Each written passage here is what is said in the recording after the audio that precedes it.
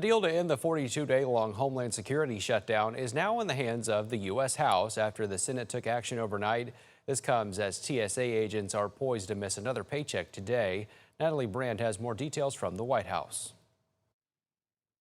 At 2 o'clock this morning, senators finally passed a bill to fund the TSA and all DHS agencies except for ICE and Border Protection. The bill's amended is passed. In the end, neither Democrats nor Republicans got what they wanted. Republicans rejected a similar proposal weeks ago, insisting on some money for immigration enforcement. 84 days.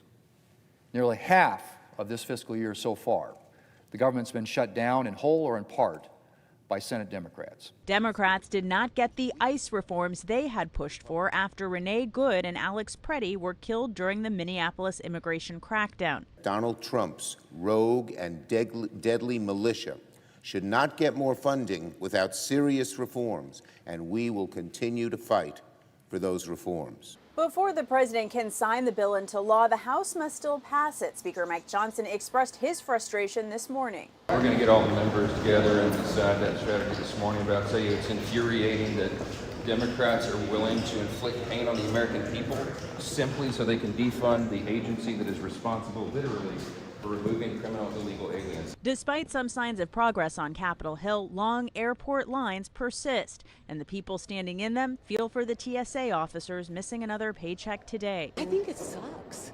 I think it's awful. It makes me want to cry. You can make me cry. I do. I think it's awful. People are out here working hard. Last night, President Trump announced he would sign executive action to pay TSA officers using funds from last year's GOP spending bill if the congressional stalemate continues. And that bill may not pass the House today. Speaker Johnson could try and fast-track this. It's called a suspension of the rules. Problem is that requires 2/3 of members voting to pass it. Furthermore, Republicans essentially handcuffed themselves when they wrote the rules for this congressional session because they wrote a rule that bills cannot move under suspension of the rules on Fridays.